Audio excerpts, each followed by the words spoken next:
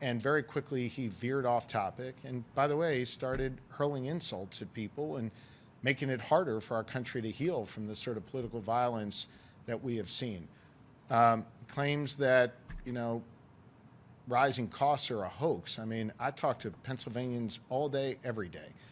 and they're struggling because of these federal policies. They're struggling because of the tariffs the president put in place. They're struggling because of his failed economic policies that gave a tax cut to people who didn't need it and instead has taken health care away from hundreds of thousands of Pennsylvanians. The good news for Pennsylvanians is, despite the challenge... Right here we see the moral emergency that distinguishes leaders from liars, and you want to know something absolutely incendiary that should make your blood pulse through your veins with righteous fury, because this is a moment where people really need relief. Yet every policy Trump has put in place has jacked up prices, and Governor Shapiro stands there telling the raw, unvarnished truth about what happens when political theater collides with economic brutality, while Trump himself retreats into fantasyland, calling this affordability crisis a hoax. But let me tell you exactly what the empirical reality shows us right now in this very moment as we speak, because consumer prices for all items rose 2.9% from December 2023 to December 2024,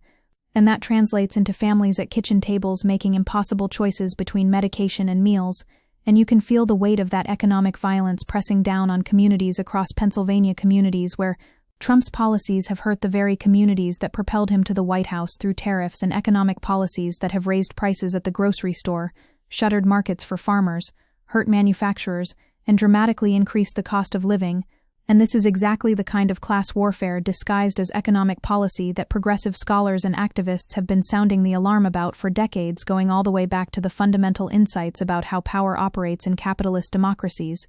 The historical parallels here are absolutely chilling when you understand the architecture of what conservatives have built over these past several decades, because the U.S. fiscal gap was entirely created by the Republican tax cuts of 2001, 2003, and 2017, and what we're witnessing is nothing less than the systematic dismantling of the social contract in favor of upward wealth redistribution on a scale that would make the robber barons of the Gilded Age blush with envy, and you need to grasp the sheer magnitude of this theft because more than 80% of Trump's tax cuts went to corporations, tax partnerships, and high-net-worth individuals, while working people got crumbs if they got anything at all. And here's where it gets even more unconscionable, because 5 to 1% of the corporate tax cuts went to business owners, and 10% went to the top 5 highest-paid senior executives in each company, while fully 38% went to the top 10% of wage earners. So when Shapiro calls out tax cuts for people who didn't need them, he's speaking with the precision of a surgeon, identifying the malignant tumor that's metastasized through our body politic, and the cancer is inequality. The cancer is oligarchy. The cancer is a system that rewards extraction over creation and speculation over labor. Now watch what happens when we trace the healthcare dimension of this disaster, because this is where the cruelty becomes almost unfathomable in its calculated precision. Trump and Republicans made the largest cut to healthcare in history, slashing over $1 trillion from Medicaid and the Affordable Care Act in order to fund tax breaks for billionaires and big corporation. And let that sink in for just one moment, because we're talking about a deliberate policy choice to strip healthcare from hundreds of thousands of human beings, so that people who already have more wealth than they could spend in 10 lifetimes can accumulate even more. Nearly 500,000 Pennsylvanians will see their health insurance costs skyrocket, an average of 208% next year, with a 60-year-old couple making $85,000, seeing their average annual premium costs rise by $16,271, and around 450,000 Pennsylvanians losing their health care coverage entirely. And when you understand that health care is literally a matter of life and death, you begin to comprehend that we're not talking about policy disagreements. We're talking about systematic violence enacted through the mechanisms of state power against the most vulnerable members of our society. And this is what happens when a political movement animated by contempt for the poor and worship of wealth captures the instruments of government. The tariff chaos represents another dimension of this economic catastrophe. Shapiro said Trump's tariffs have created chaos and confusion with the president, injecting chaos and increased prices on Pennsylvania consumers. And you need to understand the mechanism here, because tariffs function as regressive taxation that hits working families hardest, since they spend a larger share of their income on goods, and 71% of American adults reported spending more on groceries this year compared to last year, with grocery prices in September about 2.7% higher than they were a year before. and about 1.4% higher than they were when Trump took office in January. And this is happening while Trump himself gives his economy A+++++ in some delusional performance of autocratic self-congratulation that would be comical if it weren't so obscene, given the actual material conditions people are experiencing. And here's the absolutely devastating irony. Because Trump campaigned on bringing down costs, yet his signature policy interventions have done the exact opposite, raising prices across the board, while he retreats into denial and deflection. Let's excavate the ideological foundations undergirding these destructive policies, because this isn't random chaos. This is the logical conclusion of movement conservatism's decades-long project to redistribute wealth upward and dismantle the New Deal Social Democratic Compact, and the 2017 Tax Cuts and Jobs Act represents the apotheosis of supply-side economics, that snake oil theory, claiming that enriching the wealthy produces broad-based prosperity through some mystical trickle-down mechanism. There is little evidence that tax cuts enacted in 2001 and 2003 boosted growth, with analysts finding in short no first-order evidence in the aggregate data that these tax cuts generated growth. Yet Republicans return to this discredited playbook again and again, because the real purpose was never economic growth. It was always class warfare. It was always about using state power to facilitate extraction, and you can see this in how Trump's tax proposals would on average lead to a tax cut for the richest 5% and a tax increase for all other income groups, with the richest 1% receiving an average tax cut of about $36,300, while the middle 20% would see a tax increase of about $1,500, while the middle 20% would see a tax increase of about $1,500, while the middle 20% would see a tax increase of about $1,500, while the middle 20% would see a tax increase of about $1,500, while the middle 20% would see a tax stored for the bout. And this is Robin Hood in reverse. This is stealing from the poor to give to the rich, and calling it economic policy. The racial dimension of Trump's economic agenda adds another layer of grotesque injustice, because Trump's tax cuts increased income and wealth disparities by race, with corporate tax savings going primarily to wealthy shareholders, rather than spreading throughout the population, and the income gap between wealthy Americans and everyone else getting much wider. And this connects directly to the long, brutal history of racial capitalism in America, where economic structures have always been designed to extract wealth from black and brown communities and concentrate it among white elites. And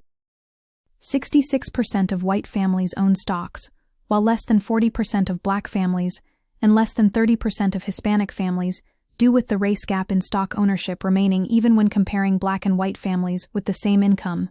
So when Trump implements policies that primarily benefit shareholders, he's implementing policies that exacerbate racial inequality and perpetuate the legacy of dispossession that stretches back through redlining and Jim Crow and slavery itself. And this is why we cannot separate economic justice from racial justice. They are inextricably intertwined in the fundamental structure of American political economy.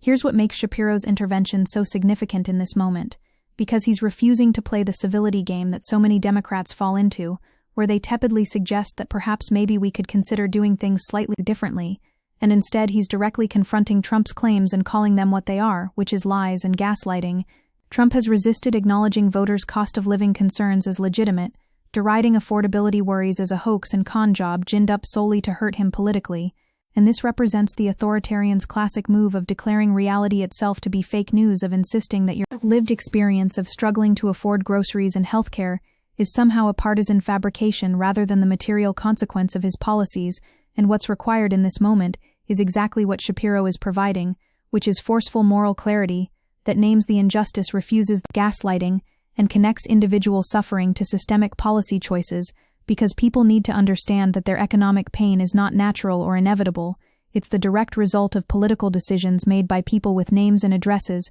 who can be held accountable. The devastating impact on rural healthcare infrastructure reveals another dimension of Republican cruelty, because the law cuts federal Medicaid funding by roughly $1 trillion over the next decade, and imposes work requirements and mandates eligibility verification every 6 months, rather than annually, and 25 rural hospitals in Pennsylvania could close due to Medicaid cuts. And when rural hospitals close, people die. It's that simple. Because when you have a heart attack or a stroke or a severe accident, the difference between survival and death often comes down to minutes, and if the nearest emergency room is now an hour away instead of 15 minutes, those are deaths that could have been prevented deaths that result directly from policy choices to prioritize tax cuts for billionaires over healthcare for working people. Pennsylvania hospitals absorb a loss of 18 cents on the dollar for care provided to Medicaid patients with rural communities, averaging a loss of 26 cents on the dollar. So these facilities were already operating on razor-thin margins, and now Republicans are slashing the already inadequate funding even further and calling it fiscal responsibility when it's really just abandonment. It's really just writing off entire communities as expendable in service of upward wealth redistribution. What we're witnessing is the culmination of decades of conservative movement building aimed at dismantling the entire premise of collective provision and social solidarity and replacing it with a Hobbesian nightmare of atomized individuals competing in rigged markets, and the philosophical foundations here trace back through Hayek and Friedman and the entire neoliberal project that recast society itself as nothing more than an aggregation of individual market actors and denied the very possibility of collective action for the common good, and this ideology has been catastrophic in its effects, producing inequality not seen since the 1920s, concentrating wealth and power to an extent that threatened the basic functioning of democratic institutions, and creating a political economy where the wealthy can essentially purchase policy outcomes while working people see their living standards stagnate or decline. And you can draw a direct line from the Powell Memo in the conservative legal movement and the rise of think tanks like Heritage and Cato to the policies we're seeing implemented today, and throughout this entire project, the goal has been to delegitimize government action in the economic sphere, to privatize public goods, to weaken labor power, eliminate regulations that constrain capital, and to cut taxes on the wealthy, and this is what class warfare looks like when one side is winning decisively. The current moment demands a revival of economic populism that directly confronts corporate power and centers the material needs of working people. Message testing on Pennsylvania voters the month before the election showed that economic populist messaging performed best and did significantly better than messaging around protecting democracy, yet Democrats have consistently shied away from this approach, often because they're beholden to the same donor class that funds Republicans, and this is the core contradiction that progressive movements must overcome, because increasing the minimum wage, increasing government spending on healthcare and Social Security, protecting jobs with import limits, and spending more on the poor resonate with an overwhelming majority of the working class, and these policies would materially improve people's lives, yet the party establishment resists them because implementing genuine economic populism means challenging the power of capital, means threatening the interests of wealthy donors, means fundamentally restructuring the political economy, and that's exactly what's required if we're going to address the affordability crisis and the healthcare crisis and the inequality crisis, because these aren't separate problems, they're all manifestations of the same underlying dynamic, which is the subordination of human needs to profit maximization. Shapiro's specific indictment about stripping healthcare from hundreds of thousands while giving tax cuts to the rich crystallizes the moral clarity we desperately need, because the Shapiro administration has estimated that 310,000 Pennsylvanians will lose their Medicaid coverage, and each one of those 310,000 people is a human being with a life and a family and health needs and the capacity to suffer. And when we abstract away from the individual stories and just look at the aggregate numbers, we risk losing sight of the sheer magnitude of human suffering we're discussing. And this is where progressive politics must maintain its moral core, must insist that behind every statistic is a person whose dignity matters, whose pain matters, whose life has inherent worth, regardless of their economic productivity or market value, and this fundamentally oppositional to the conservative worldview that sees people as resources to be exploited or burdens to be eliminated, and that organizes society around the principle of survival of the fittest, dressed up in the pseudo-scientific language of market efficiency. The gaslighting around affordability represents a particularly insidious form of political manipulation, because when Trump calls rising costs a hoax, he's not just lying about the facts, he's attempting to undermine people's trust in their own perceptions and lived experiences, and this is classic authoritarian behavior, attempting to create an alternative reality where up is down and black is white, and your grocery bill isn't actually higher even though you can see with your own eyes that it is. Large numbers overall, and among Republicans say their costs for groceries, utilities, healthcare, and housing have gone up this year. So even Trump's own supporters recognize what he's denying, and this creates cognitive dissonance that authoritarian leaders exploit by providing enemies to blame, whether that's immigrants or Democrats or the media or whoever can serve as the scapegoat to redirect anger away from the actual sources of economic hardship, which are the policies implemented by people like Trump himself, in service of corporate interests. What makes this moment so urgent is that we're not just experiencing normal political contestation within shared democratic norms, we're watching one party actively work to immiserate millions of people in order to redistribute wealth to the already wealthy, while gaslighting everyone about what's happening and claiming that actually everything is great. The economy has never been better. Anyone who says otherwise is lying, for partisan reasons, and if you're struggling, that's your own personal failure, rather than a systemic problem. And this is morally intolerable, and it demands resistance, not just electoral resistance, sustained grassroots organizing coalition-building movement, politics that can build the power necessary to force structural change, because the lesson of history is that elites never voluntarily relinquish power. They only do so when mass movements make it politically impossible for them to maintain the status quo. And right now we need movements that connect economic justice to healthcare justice to racial justice to climate justice, because all of these struggles are interrelated,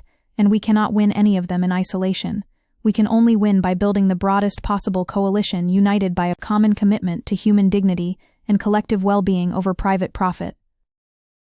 Pennsylvania becomes the crucial battleground in this struggle, because it's a state where Trump's broken promises are impossible to hide, where the material consequences of his policies are directly visible in shuttered factories and stressed hospitals and families struggling with bills. And Shapiro has blamed Trump for economic and political chaos coming out of Washington and accused him of raking in billions for himself and his family, as ordinary Americans struggle with rising costs from his reckless tariffs and his refusal to extend COVID-era healthcare subsidies. And this is the kind of direct confrontation that cuts through the noise and makes clear what the stakes actually are, which is whether we're going to have a political economy that works for everyone, or one that works exclusively for the wealthy and powerful, at everyone else's expense. And every single person watching this needs to understand that this is not abstract policy debate. This is about whether you can afford to take your kid to the doctor. This is about whether you can retire with dignity. This is about whether you can buy groceries without having to choose which meals to skip. And these are the basic building blocks of a decent society. And when a government fails to provide them or actively works against providing them, then that government has failed in its most fundamental responsibility.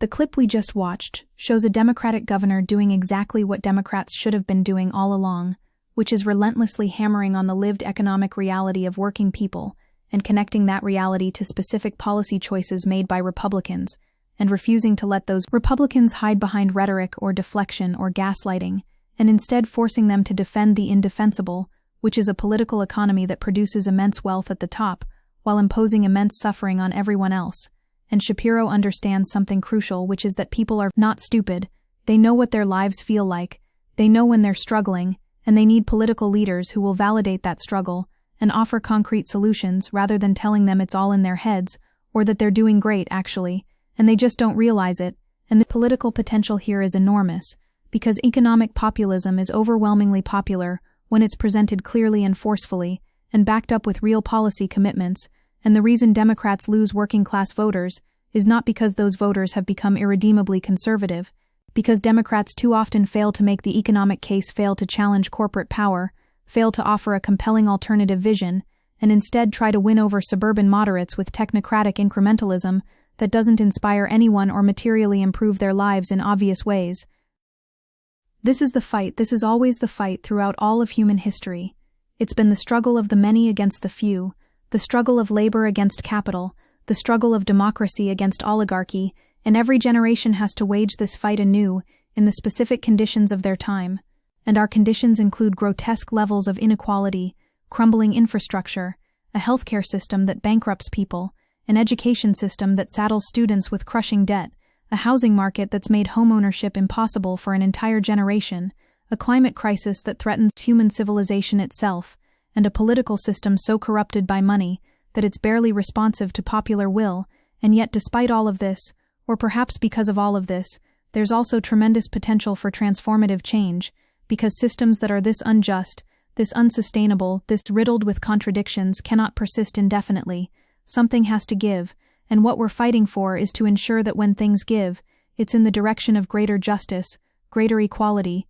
greater democracy, rather than sliding further into oligarchy and authoritarianism, and that requires building the movements and the infrastructure and the political will to force change, and it requires leaders like Shapiro, who are willing to name the problem and point to the villains and make absolutely clear that none of this is natural or inevitable, that it's all the result of choices, different choices would produce different outcomes, and we have the power to make those different choices if we organize and mobilize and refuse to accept the slow-motion catastrophe of neoliberal capitalism as the only possible way to organize society, because it's not, and we know it's not because we have historical examples of social democratic societies that achieve far better outcomes for their people, and we have contemporary examples of policies that work and improve lives, and the only obstacle is political will is power, and power can be built, and that's the work, that's the project, that's what this moment demands from all of us.